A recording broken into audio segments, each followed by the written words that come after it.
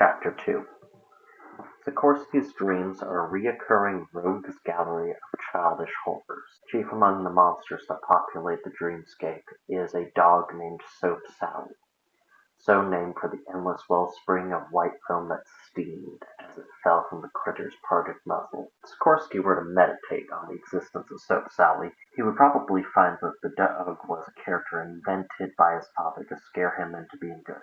Instead, it made him develop a monstrous hatred of dogs. Following that, there was another freak, Pleasant Andrew. Pleasant Andrew was a goblin made out of human fingers. To use comparison, if Soap Sally was Sikorsky's Satan, then that made Pleasant Andrew into Malthus, the Lord President of Sikorsky's nightmares. The boy found this supervillain team-up of nightmare abominations to be largely unremarkable. He had seen the pairing enough times to simply not feel much of anything about them. He wasn't scared of them any longer. In the realm of dreams, Sikorsky fashioned himself into a towering colossus with a face resembling his father's, but with a long mustache like Joseph Stalin. The statuesque Sikorsky self-appreciation sat cross-legged before the creatures as if their random chittering and insect noises or provide him with some much-needed wisdom and amusement. The floor gave way beneath him as he fell. For him, falling in dreams had an odd quality to it. When it happened, he became aware that he was asleep, so simultaneously it felt like he was ascending. Sikorsky was rough on the ascent. I'd give him a solid 8 in terms of form. His eyes shot open right as he began to hear tapping on his window. He flopped out of bed and scrambled to his feet. If he were a few years older and twice as paranoid, he would have pulled out a .44 Magnum and started blasting. He spotted his friend, Charles Foster Kane, standing outside and politely pelting at his window with a palm full of petals. His tiny barrage of rocks did not cease until Sikorsky slid the window up. "What are you doing?" asked Sikorsky, his voice still heavy with sleep. "Get dressed, I need your help," said Charles Foster Kane. Sikorsky didn't want to.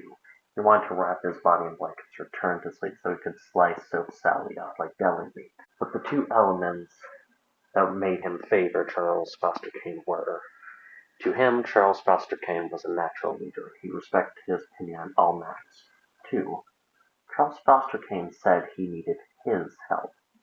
He could have gone to wise Peter first for some sage wisdom, but instead he came to him. That notion felt truly delicious. "I'll be down in 5, said Sikorsky, allowing hollowness to overtake his voice. The boy peeled off his sleeping clothes and slipped into the same set he had worn yesterday. It was an old jean jacket that had as many grass stains as it had holes. This was paired with a matching pair of grass-stained Levi's and a rotten pair of Chuck Taylors that used to be white. He was downstairs in 3 minutes and out of the house in 2. Charles Foster Kane checked a watch that was too big for his wrist. 5 minutes on the dot. Charles Foster Kane was, by natural contrast, cleanly dressed. He wore a dark brown vest, a cream-colored button-up shirt, matching brown slack, and a pair of brown suede shoes that were untouched by the earth's filth. Sometimes Sikorsky imagined his friend maintained this unnatural level of cleanliness by hovering everywhere he went. He also thought the boy's physique, hair, and clothes caused him to resemble a young, fat Mike Douglas. "Yeah," said Sikorsky. "Now you mind telling me what's going on right now, or do I have to box your ears?" Charles Foster Kane laughed, and Sikorsky couldn't tell if it was an affected laugh or not. "We need to swing by and collect Harrison Pete first. Then all will be revealed, sicko," said Charles Foster Kane. Now, to Sikorsky's ear, this sounded like a load of crap, but he figured if Charles Foster Kane was being secretive about it, the payoff must be worth it. The boys rode their bikes a little way to another subdivision, coming to a stop on the hill that overlooked Wise Peter's house. They could see their friend was awake and cowering in his living room. They could skip Charles Foster Kane's attention-grabbing stick with pebbles. Since Charles Foster Kane got him up, Sikorsky figured it was his turn. Not that he'd argue anyways. Sikorsky parked his bike and lay down on the grass before rolling the length of the hill. His entire body landed at the fence that separated Wise Peter's yard from the civilized world. When done, he leapt the wall and started for the picnic table. Then he crept up to the sliding glass door. Wise Peter sat behind the couch, his back to the sliding glass door. Sikorsky smiled. If Wise Peter was going to be inside and hiding from invisible horrors, he could at least draw the blinds. Sikorsky produced a Swiss Army knife from his pocket and worked it into the door to force the lock before stepping inside. He had practiced this often with Peter's door and gotten quite good at it. He was proud of the fact that the knife left no noticeable scratches. Wise Peter was entirely unaware, shivering behind the couch, and that's when Sikorsky pounced. He grabbed onto his shoulder hard enough to scratch him and made the other boy screech loud and shrill. Wise Peter whirled around, ready to face his attacker and die. His expression of horror melted into a wrinkle-nosed scowl. "You son of a bitch!" Sikorsky's smile was like that of a chimp. His teeth were parted too. The effect wasn't meant to comfort his friend.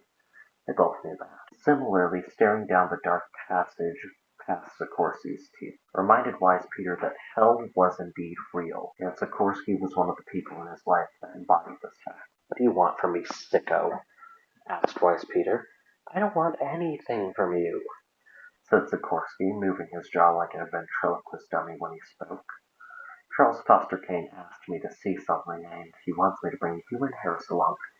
Isn't it all just darling?" "Yeah," said Wise Peter. "I'm sure whatever nonsense he has is a real hoot. What's in it for you?" "What's in it for you is that I won't hit you with a branch again," said Sikorsky. That was fair enough for Wise Peter. Before long the two boys joined Charles Foster Kane outside, with Wise Peter casting looks back at his house because he was pretty sure he locked the door before Sikorsky entered. In fact, he did it last night when his parents got home from work. The boys said nothing as they mounted their bikes and made a beeline for Hamilton Junction proper. Harris's house was just outside, past the Hamilton Junction's welcome sign. Harris was relaxing on her porch, already awake. She was seated beneath the shade of an umbrella, sipping tea from an amber-colored pedestal glass and playing chess. I should mention that her opponent was a smooth-faced red brick with a pair of googly eyes glued to its face. If any of the boys knew how to play chess, they could see that Harris was losing badly to the brick. If one were to compare the two, the most similarly dressed members of the gang were Harris and Sikorsky.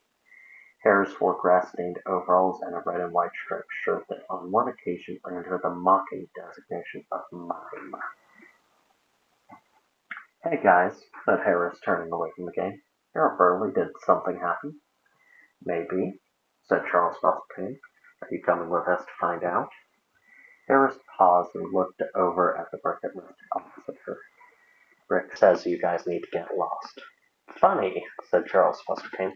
"I didn't hear it say a thing. How about you fellas?" "Not a goddamn thing," said Sikorsky. "Zip," said Wise Peter. "Are you really going to miss out on a mystery because of a brick?" asked Charles Foster Kane. "Yes," said Harris, moving her knight on the chessboard. "Unless you can give me a reason that will make it worth it, I'm not leaving this porch." "I'm on her side," said Wise Peter. "You and Sicko come and scare me half to death. You won't even tell me what's going on." "That's because it would ruin the effect I'm shooting for, Pete," said Charles Foster Kane.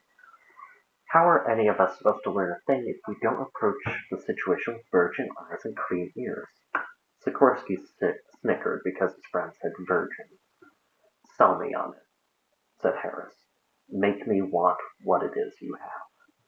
Charles Foster Kane wrinkled his nose and sighed. "All of you are plebs, you know that?"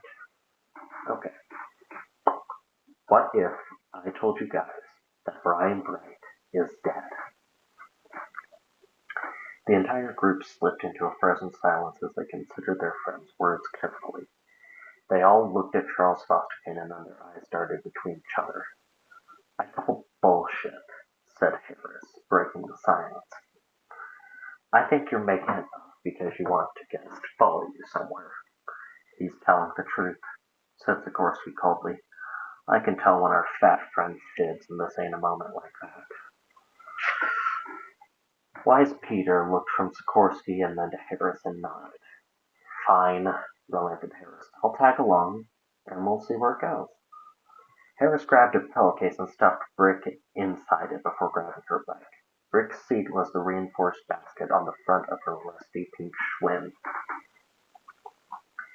The gang set off down the snaking path that took them past empty lots and houses that made up the outskirts of Hamilton Junction, Indiana. Their path was marked by Kane's house, and at the end of its twin's yard, the Bryant house was a two-story deal. Brown building primarily made of stucco and chicken wire. There were thousands like it scattered across the country, part of the budding McMansion style. Down the street was Mr. Meyer's place, another home that was nearly identical to Kane's, the Myers, and the Brights. Plots of land are all separated by vast tracts of local walnuts, elms, and oaks. That was before one could get into the minutiae of thorn bushes and the dreaded goddamned May apples. The kids hid their bikes in the bushes and rested across the street from the Bright house. The brief walk brought them into sight of the yard in all its glory. Police tape was haphazardly strung around the yard. A puddle of blood rested on the stone path that cut down the middle of the dried grass. Everyone in the gang had their eyes on the puddle as they ducked under the police tape and closed the distance between the border and the blood. The stench of copper became heavier. "God damn," muttered Harris under her breath. "I don't think I've seen that much blood in my life," said Wise Peter. His entire body shuddered, and he felt acid rise to the back of his throat before it burst forth. The boy fell to his knees and vomited a slightly smaller puddle just adjacent to the blood. It flowed until it met the blood puddle. The two fluids, green and red, began to mix into a brand new noxious substance. To Sikorsky, the two bodies of horror fluid made him think of Christmas. Christmas and that fat fuck Santa Claus. Sikorsky made a dismissive chirping noise and trotted over to Wise Peter's side. "That's not true," said Sikorsky. "Remember when Andy and Brian broke your nose?" Wise Peter slowly raised his head, and he ceased vomiting. His voice was weak, and he struggled to force the words out past the bile-slicked haze. "No, I was unconscious for most of that, you prick." "I remember it," said Sikorsky. "I know," said Wise Peter as he got to his feet. "It was rapturous," replied Sikorsky. "But there wasn't that much blood.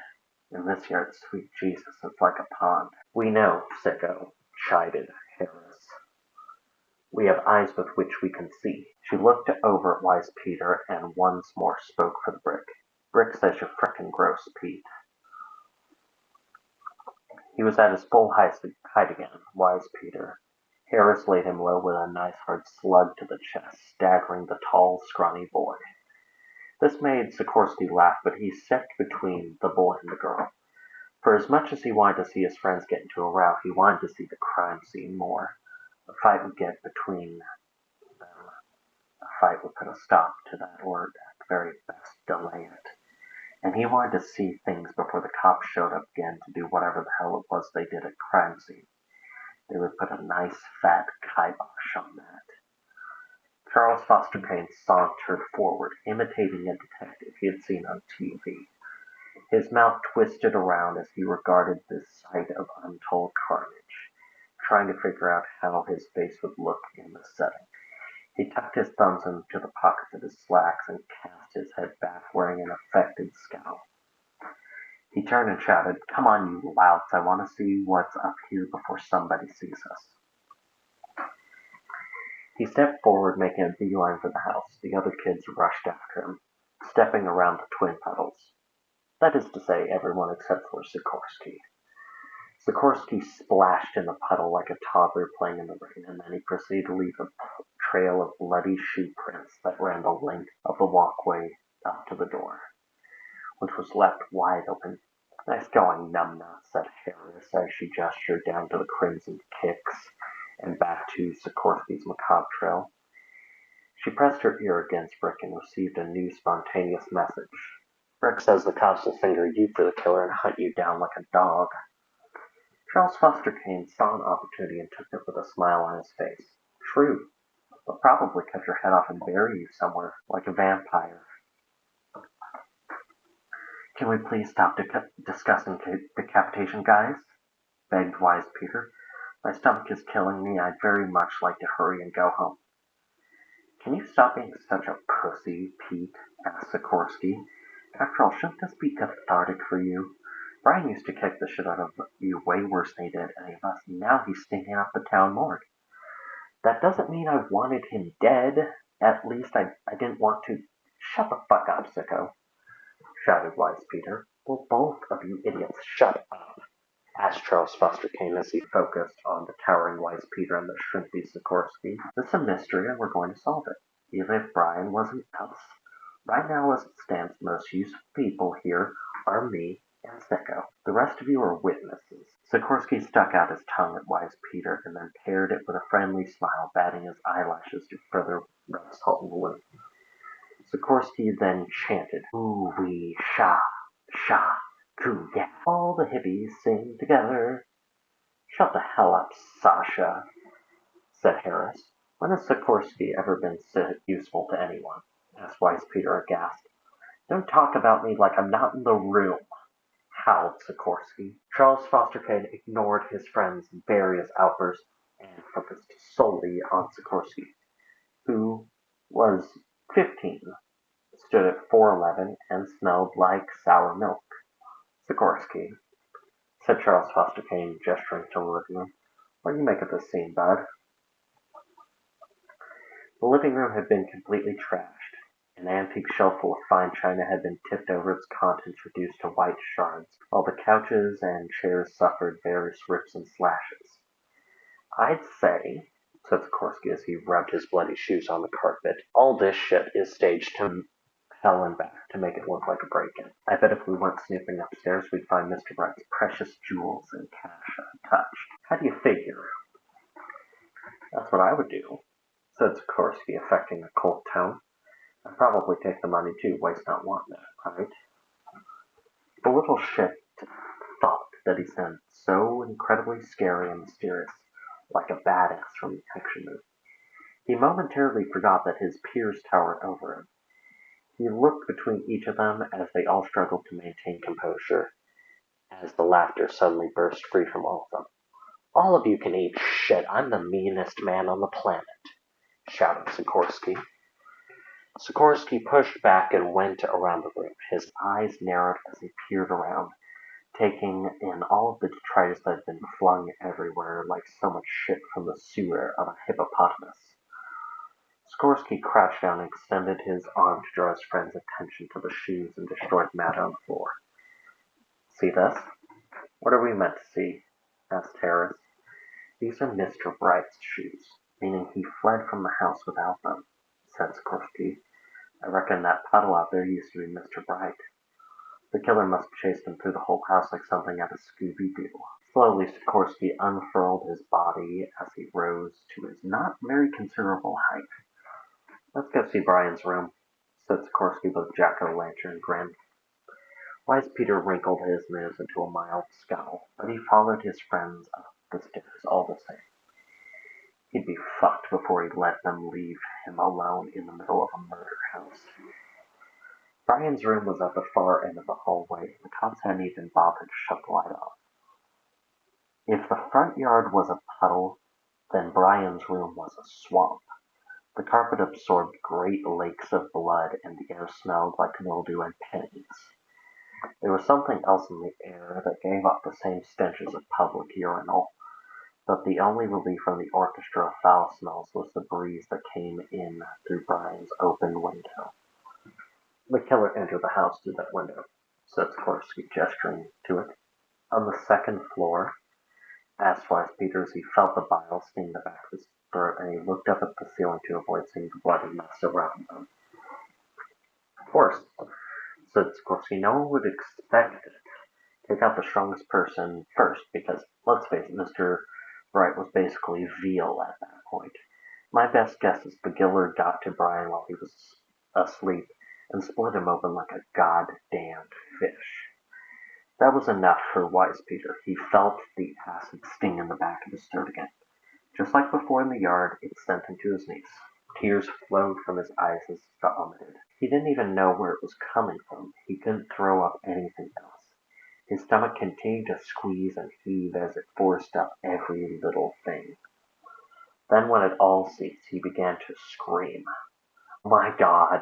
yelled Peter. His body began to shake as if he had been struck with a fever. Bile trickled down the corner of his mouth and onto his shirt. When he got to his feet, he directed his ire at Sikorsky. "They're going to kill me, and then they're going to kill you. We're going to get our heads cut off, and I'm going to have to share a grave with you." Now, Sikorsky approached this and responded with calm consideration of Wise Peter's thoughts and feelings. Sikorsky was, like most teenage boys, a paragon of rationality and solemnity. Sikorsky opened his mouth and let loose a bestial screech before taking a hunchback sprint that knocked both him and Wise Peter onto the ground. Blood and Peter's vomit immediately soaked into the fabric of their clothes. "Guys, stop it!" shouted Harris. "You guys are such dicks." And they didn't stop, and Charles Foster Kane did nothing to make them stop. Harris tossed Brick aside and entered the brawl. She snatched Sikorsky by his bangs and pulled his head back to make him release his grip on Wise Peter. What Harris was unaware of was how strong Sikorsky's neck had become since they had last fought. Sikorsky pulled her forward with all his neck strength, causing the girl to slip and fall into the bloody vomit. Charles Foster Kane observed the scene, shaking his head like a weary father, despite being a 15-year-old boy. He clicked his tongue rapidly and spoke. "You guys are going to jail. The cops are going to think you killed somebody, and you're going to go to hell." A hand, whose it was doesn't matter, seized Charles Foster Kane by the ankle and dragged him down, the carpets leaving his immaculate attire soiled. He found himself thrust into the violence as well. Now, Charles Foster Kane wasn't afraid of violence. He'd partaken of it on several occasions. But you have to understand he was afraid of getting his stuff ruined. He was unafraid of the biting, the scratching, the punching, and whatever he could get his meaty fist near. For his trouble, he got bashed in the face by somebody's elbow, blackening his eye. The gang had lost track of their surroundings. They were reduced to a mass of thrashing limbs motivated only by a shared malice towards each other. The violence was so all-encompassing that they didn't hear the footsteps of the federal agents ascending the stairs. The door was wide open, and not a single one of the kids noticed the man and the woman standing in the doorway. Strangers to the town, dressed in clean black suits and flak jackets with the letters FBI emblazoned in white on the chest. "The fuck are you kids doing?" shouted Agent De Silva.